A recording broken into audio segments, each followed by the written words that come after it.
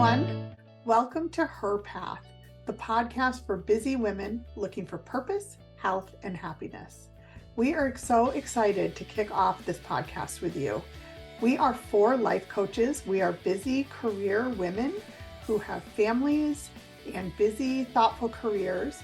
And each week we will be tackling different topics that are important to women and providing a wide array of perspectives. We will give you advice, we will give you tips, we will share our stories, and we will come at it from all of our different specialties. We know that you're going to find this time thoughtful, insightful, and once you get to know us, very entertaining. So let me introduce you to my wonderful co-hosts. So first up, we have Beth, who is a wellness coach finding freedom through food. Hello, everybody. Good to see you. And we have Gabby, who is a weight loss coach for women. Hi, nice to meet you. I'm looking forward to chatting with you. And Nancy, who's a transformational coach specializing in menopause. Nice to see everyone. And my name is Elise. I am a women's purposeful life coach, as well as a career and executive coach. Thank you for being with us today. Let's get started.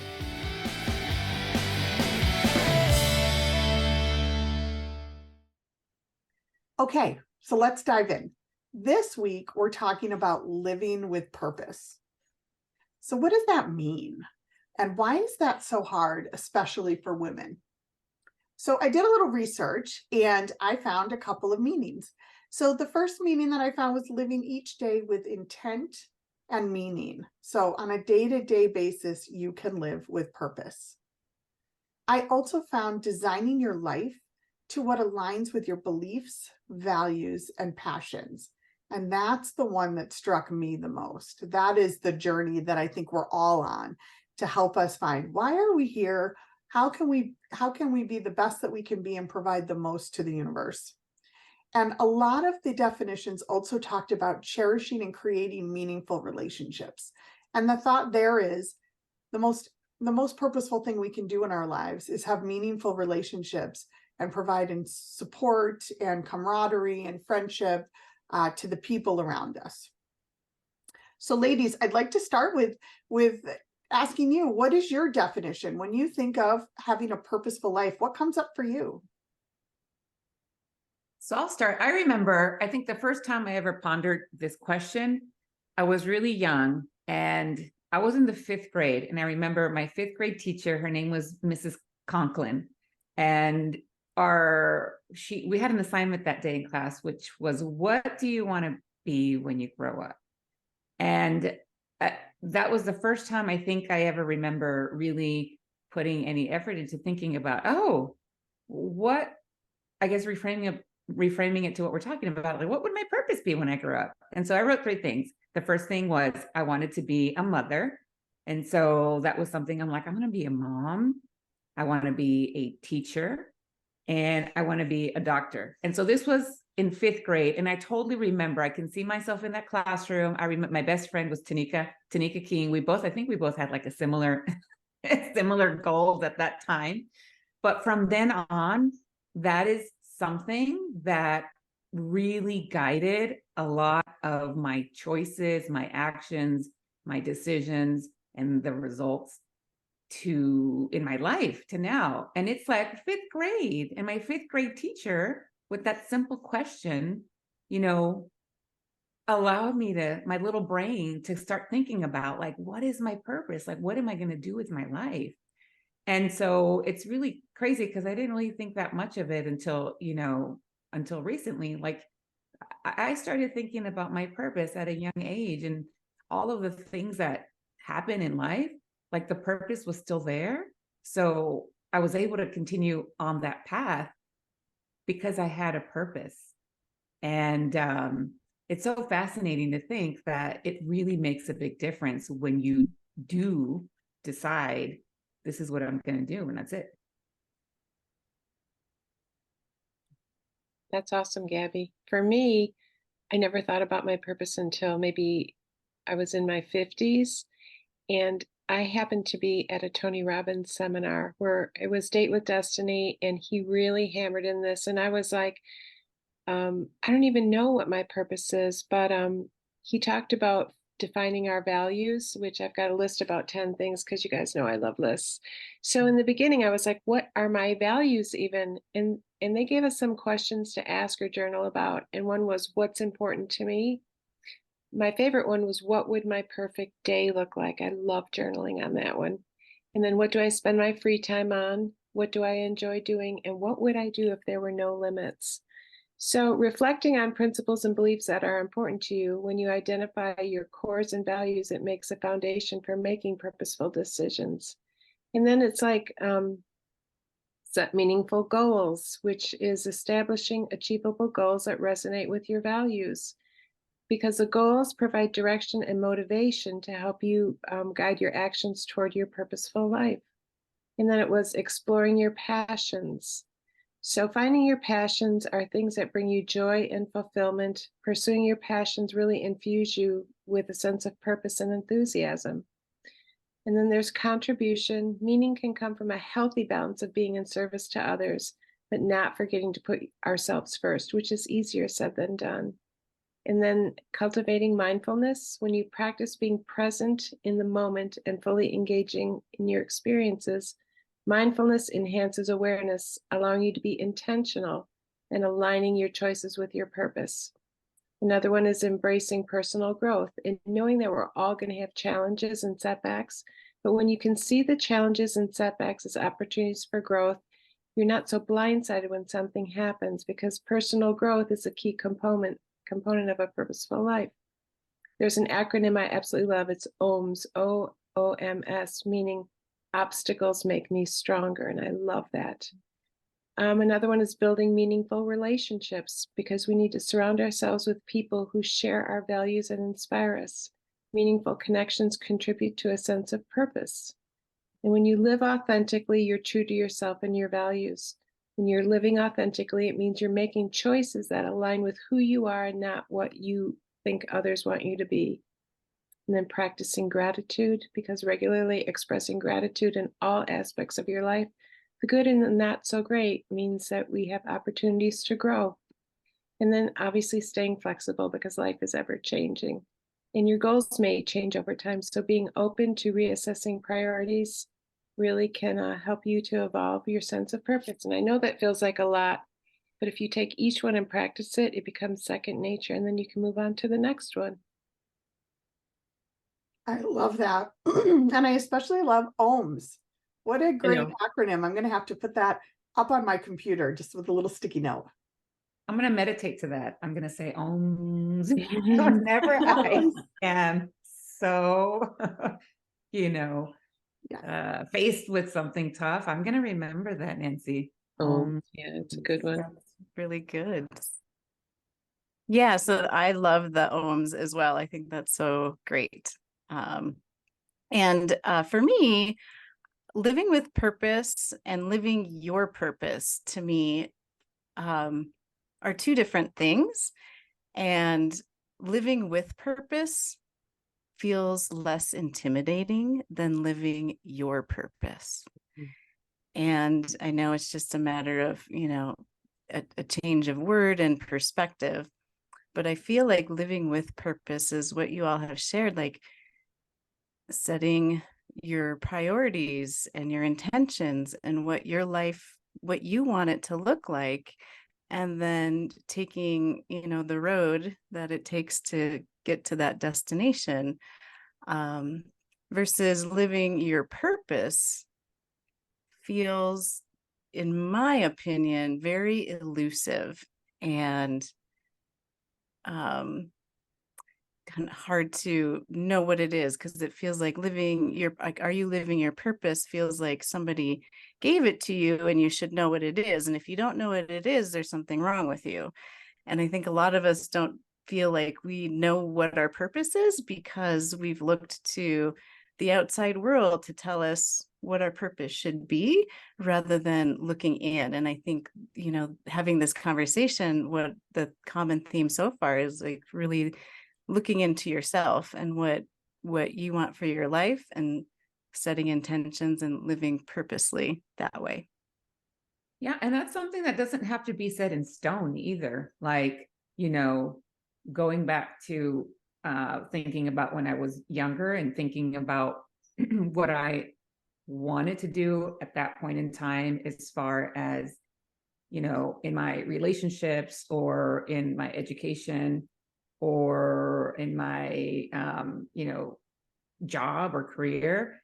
And then, you know, as I learned more or experienced more, you know, went through some obstacles and got stronger, then some of those purposes, I feel like, you know, it can morph, it can change as you get more insight, more perspective sometimes. Like, for example, you know, I'm the oldest daughter. And, you know, for a long time, my mom didn't speak English and, you know, have 3 younger siblings. But I always felt like my job as the oldest daughter, and I don't know if anyone ever told me or, you know, or how this is just an expectation of you need to take care of everything. You're like a second mother, basically. And being the oldest female and Hispanic, you know, daughter, it's like you are responsible for for everything in the house when your mom it can't or you know tells you to. And then, you know, even as a grown-up, sometimes I've carried some of that with me, and I had to come to the realization that my purpose is not to be a mom to everyone in my family anymore. You know, that is not a purpose that is serving me or anybody else. And so that is something, it's complicated, right? Because it is some of the expectations that were placed from society and culture, but also from within, that I wasn't getting the results in my life or in my relationships with my family with putting myself in that role all the time. I mean, it was super stressful and nobody was benefiting from it. I agree with you, Gabby. I was firstborn too. And I think I just took on that role of like caregiving and fixing everybody. And it wasn't until later in life when I realized this really isn't working out for me. And trying to get out of that role was not easy Mm-hmm. because people, I felt like, well, and then I created the dependency of others, which wasn't good for anyone either. So I totally understand that. There was a big sense of guilt for me. Like I kept telling myself, I should be doing this. Right. I should be doing these things. I should be in charge. I should be the decision maker. But that was not, I mean, it was so stressful. And then be responsible for everybody else's reactions to, you know, my actions. You know, nobody was ever happy or ever pleased or satisfied. It was never enough.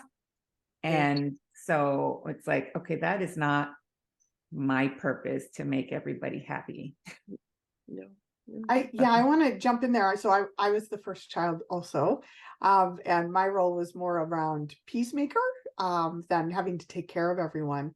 But this brings us to an important point in this conversation about purpose and the society pressures, the traditional pressures, the heritage based, roles that we all assume, because that's how our moms did it, and that's how our aunts did it, and that's how our grandmas did it.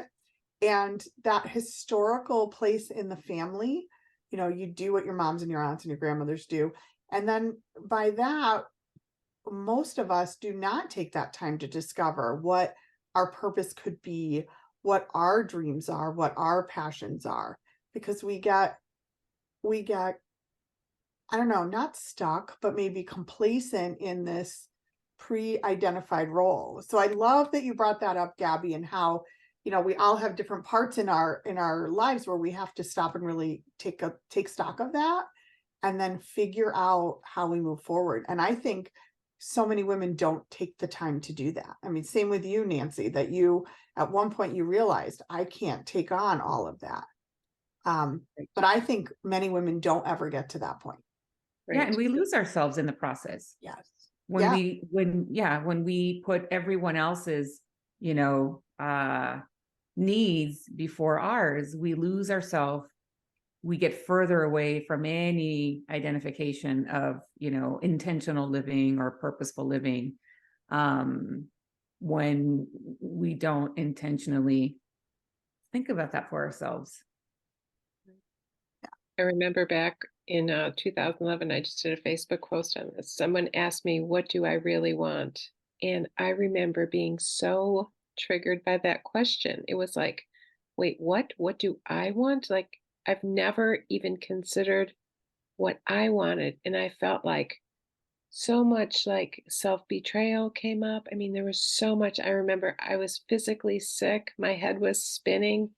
And I thought, oh my gosh, what do I want? I had absolutely never considered that was even a possibility for me. So yeah, that was a very stressful question. Yeah. And I bet that this podcast might be stressful for some people who have never really asked those questions of themselves. Right. What do I really want? But that's Yeah. a hard question, right? It is.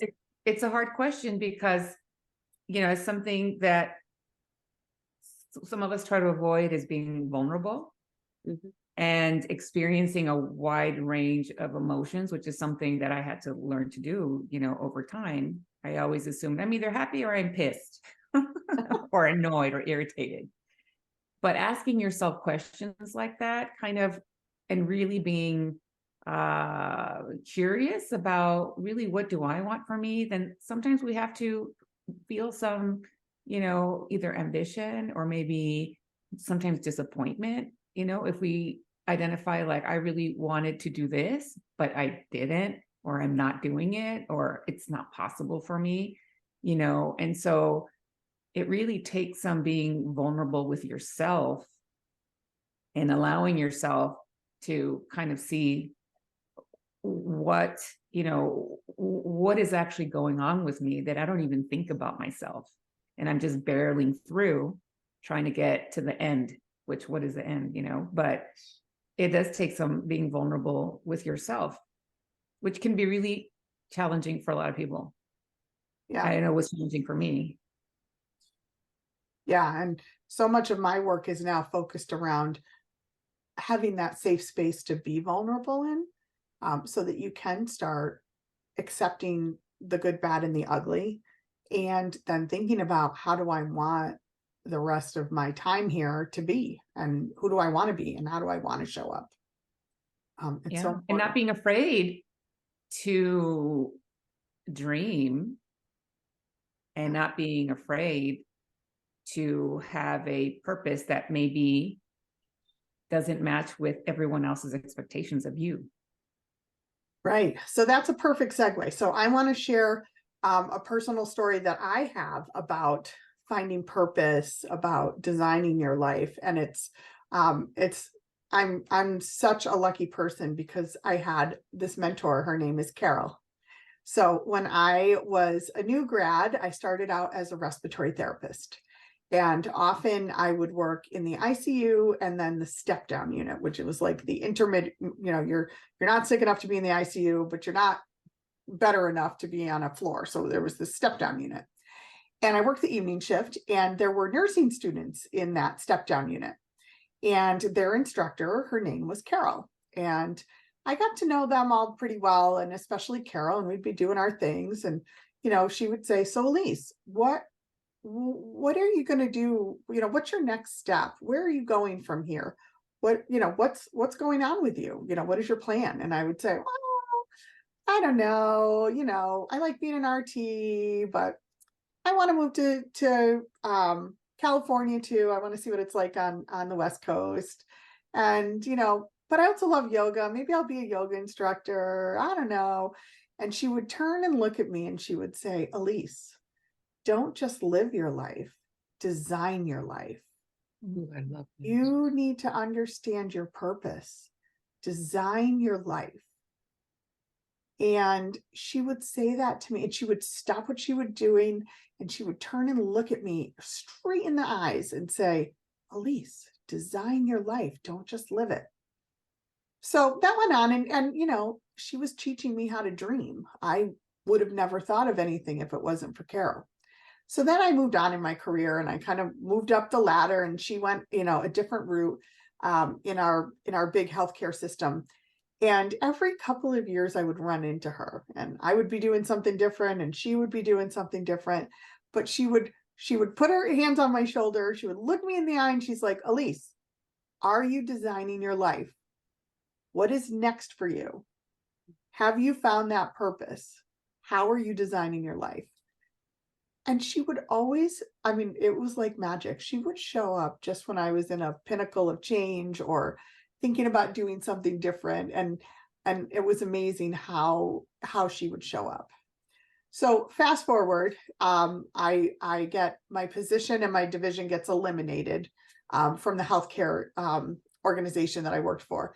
And, you know, those corporate emails go out telling everybody what's happening. And I immediately get an email from Carol. And now she's like director of ortho or something, some big position. And she says, I'm so sorry to read this, but what are you doing to design your next steps? I know you're going to do something amazing. And I expect that you are designing your next steps and designing your life. I can't wait to see what happens next. And that was one of the most powerful emails because it wasn't like, there was no pity in that email.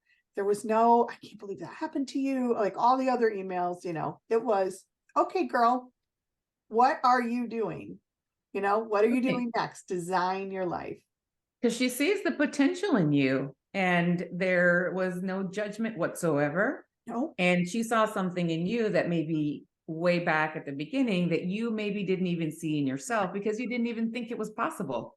Correct. Or didn't even think about it, you know?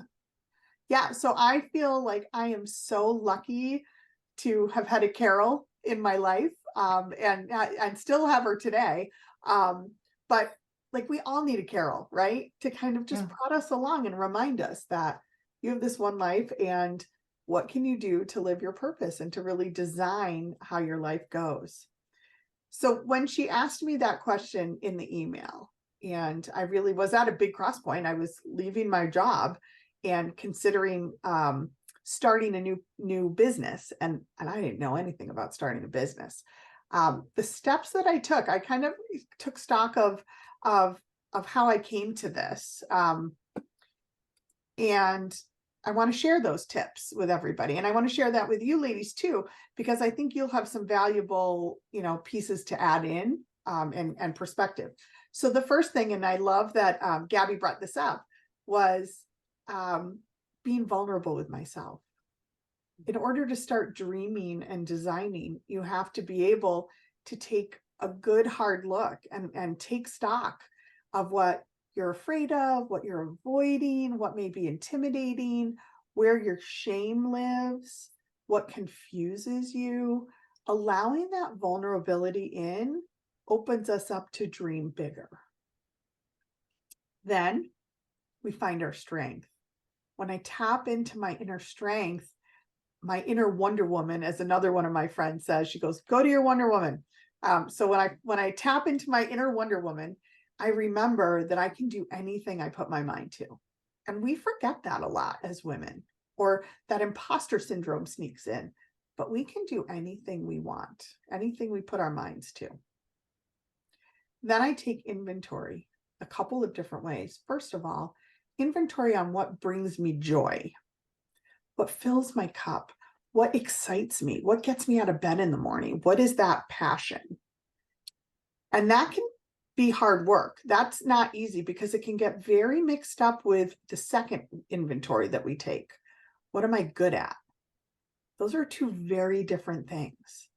What I'm good at and what I have talents and skills in could be different than what my passions are. So it's important to remember those two as different entities, but to take stock in all of those because there may be some crossover. And then I talk to my future self. What would I say to myself in 5 years? Or what does myself 5 or 10 years from now want me to know today? How can I design my life so that I'm where I want to be in 10 years or 20 years? And that involves a little bit of, what is an end, what is those goals along the way? It could be where you live. It could be the work you're doing, the value providing, the money you're making, what your family looks like. It could be anything. But it's important to take a look at your future self. And I think that's something that you women all do so well. And I'm so excited to hear your perspectives in all of these podcasts about channeling our future selves. I do believe that that's going to be a reoccurring theme. And then lastly, I put that all together. So, what are my dreams based on my vulnerabilities? What are my strengths? What are my passions? What am I good at? What does my future self want? And then you put it together. And you will most definitely have a plan forward. There'll be some roadblocks along the way, but I really think that's what I did, and that's what worked for me. But it was a lot of self-inventory, a lot of self-worth. So I would really love to hear from you all. Does that resonate with you? Am I missing some things? Are there things that you do differently? I love everything that you shared. What I was going to share is, like you had mentioned, it could be very intimidating to figure out what it is that you enjoy in life. I know for me, when I was questioning what my purpose in life was, I was really stuck in a few roles that I really identified with, and had a hard time dreaming like what was possible, what could be possible. And so if there are any of you women out there that don't know what you enjoy and what you like, my suggestion to you and what I did was I opened myself up to the world and became curious and decided to just try some things. And if I didn't like it, okay, put it away and try something else until you find what feels good for you, and just experiencing life out of the lens of being curious rather than limiting and, oh no, I can't do that. I love curiosity and compassion as well. At least I love that, designing your life. It reminds me of like being an architect. And I never really thought about that before, but I can actually create my own life the way I want, with my values and my beliefs and my ideas. And being curious is amazing because it really allows you to experiment. And there's really nothing wrong with trying something. And if it doesn't work out for you, just let it go. Because there's life is a buffet. There are so many things we can try. Life is a buffet. Ah, Nancy, you've got all the isms today. We're going to write that one down too. I just want to say something about the whole just process of being introspective about yourself and kind of exploring that. I'll be honest with you. When I first started, got exposed to future self and all of these things that we're talking about being vulnerable and looking inwards to find purpose and meaning. Like, honestly, to me, it seemed like a lot of BS. Like, all right, what is all this woo-woo stuff? Like, how is it going to help me get my degree, pay my bills? I just need to do. So I was living mostly in action, right? In doing, not really thinking, which I know it sounds crazy. How could you not really be thinking? I mean, you can be thinking about actions and like things that need to get done. But when we don't really get more in depth about our thought processes and how that affects the results that we get in our life, we're not using our most valuable tool, which is our brain muscle. So, I kind of make the analogy of when you work out your biceps or your quads, you are going to see those muscles like get bigger and stronger and really support your body for the rest, for a long, long time. Like, our brain muscle is so powerful, and we don't take advantage, or we don't take the time to really prime our brain, our thought processes, to really explore like a lot of the things that we're actually thinking and experiencing, things that we want, and connect that to how that makes us feel and what results is it giving us, in our life at the end of the day. And so once I started making that connection, like, shit, what I'm thinking and it's like making me feel, that definitely is going to give me either positive results in my life or negative results in my life.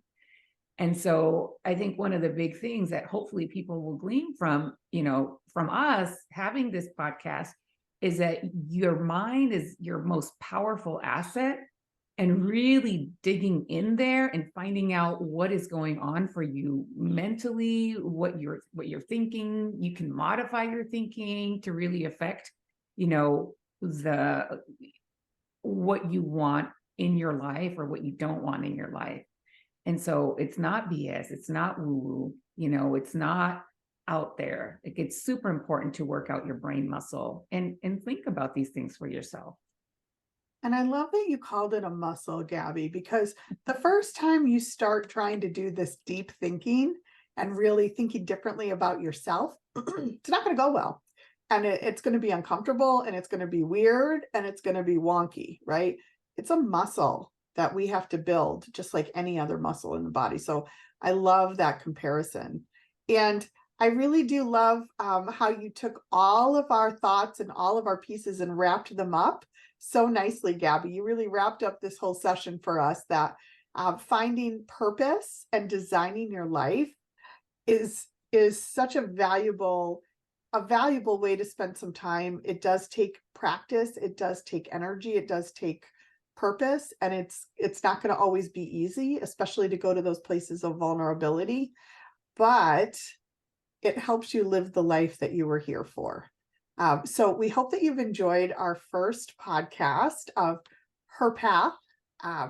And we are looking forward to hearing your comments and your thoughts, where you're listening to podcasts. And you will also have information there on how to find any of us. We are all active coaches, and we would love to work with any of you that find a connection with what we're talking about and our points of view. So we hope you have a great rest of your day, and we will see you next week.